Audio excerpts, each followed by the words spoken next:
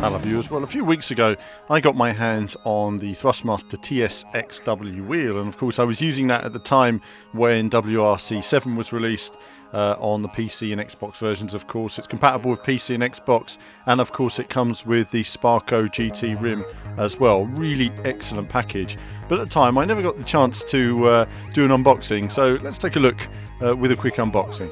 So here it is then, nice big green box, just to prove to you all that it's Xbox, obviously compatible as well as with the PC. And there's the box there, always quite heavy, got those massively heavy power supplies as well. This is based on the TSPC Racer, which of course we showed last year in terms of its design, so it's much stronger in terms of feedback, it's much quicker response, and the fans aren't as loud, they don't come on as quickly as well. It really takes punishment. I noticed that through long corners, but opening the box then you have the standard stuff. You've got some stickers there which I haven't used yet, but they're there. There we are, that's nice. And you've got the rim. Always one of the most exciting elements of a new wheel is the rim. Have a little fondle of that. And there it is, Sparco, basically a proper steering wheel, isn't it? You know, we're past the sort of toy wheels here. This is the real deal, and it's nicely put together. Feels really great in the hands, and obviously, as you'd expect, all the buttons are well placed in terms of where they are for your driving activity. Really handy. So that's great. I've been using it obviously for the past couple of months on a various number of games, and it works really well. Really pleased with that. I would say the only game where it struggles is if you look at the bottom two buttons when you're feeding the wheel round. That can be an issue, but now we speed up here as we get out the standard bits and bobs. We'll get back to all that in just a moment. Let's get to the base. And there it is. This is the base with the red bit on it. See that there, and then I get down to the pedals. I think, right, there's the power supply. We'll look at that again in a moment.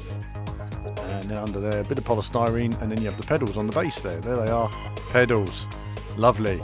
Right, so that's the unboxing bit. Let's see go through the components. And there you can see them there. And now I'm just going to go through these and look at the pedals as well. Now, the resistance on the pedals is slightly different to some of the other sets I've received. I mean, they're always so different. I mean, these actual pedal faces are the same as the ones on the T500, which are still my favourite pedals, you know, of all, because the shape, the height, you know, it's perfect for the ball of the foot. They're really nicely designed pedals. I think they're great, and that's why they're using them a lot in esports as well, because they work well consistently. And they're very comfortable under your feet, very comfortable when you're wearing socks. All round good. And then you've got the base, which obviously based on the TSPC Racer, which is an excellent base. And then we have the nice red. Look at that, really nice look and design. It's sleek, it's nicely designed, it's simple.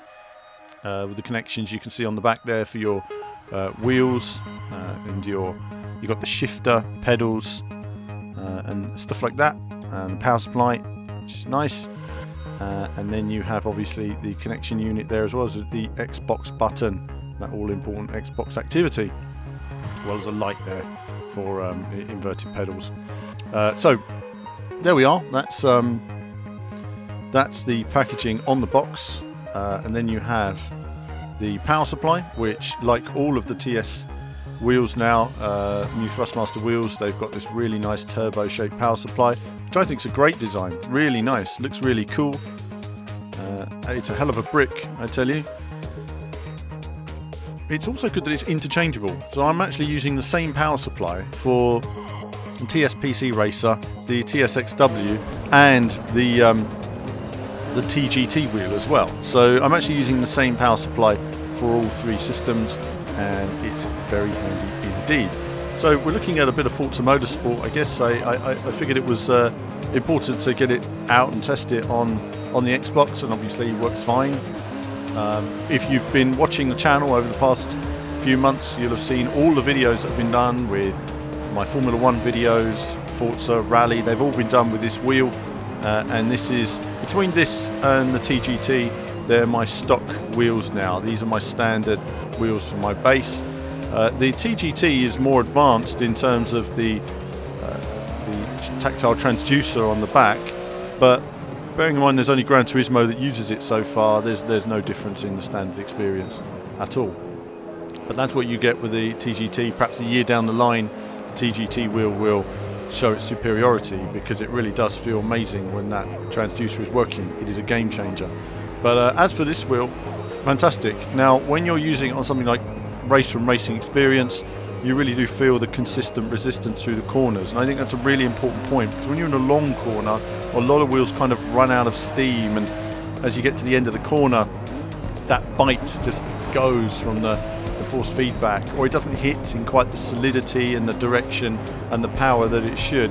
Here you get all of that feedback, and the wheel appears to handle it consistently well, you know. And I've used direct drive wheels as well, you know, and I'd say that this is comparable to the Thrustmaster Club Sport in that way. The Thrustmaster Club Sport is also a very strong, very premium wheel, so these are both sort of market leading competitors in that sense. But when it comes to direct drive, obviously that's another level, and it depends on the type of direct drive wheel that you're using. So £600, $599 for this wheel. For me, this is the wheel as I say, it's my stock wheel that I've been using, that I'll continue to use for the future. I've been using a T500 for the last sort of, I don't know, 6 years. Really enjoyed that.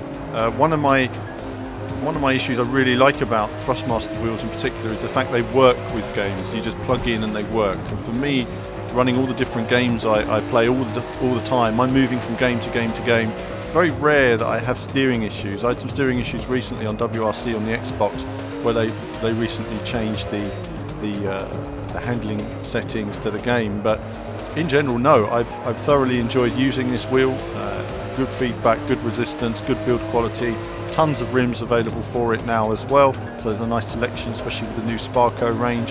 And of course you can get the shifter, which is really nice gated shifter as well, and the details on that will be in the description of the video. But yeah, a few words on this video. I mean, obviously it's great to see the development of the wheels over the past few years. I mean, Thrustmaster and Fanatec have really brought things forward in terms of the wheel market, you know, compared to what we had, you know, 10 years ago. I mean, rubber band wheels, or I mean, if you go back 15 years, I suppose you had the Microsoft Sidewinder wheel and Cytec that were doing various force feedback that were very, very low quality compared to what we have today. Then you had the Logitech G25, 26, that took 27, sorry, that took things forward, and then you had the T500 and the Club Sport wheels moving forward from there, and now you have obviously new generations of those as well, you know, really taking everything forward as we move into the world of professional esports. And if you're going to be competing on esports stage, you really do need a proper wheel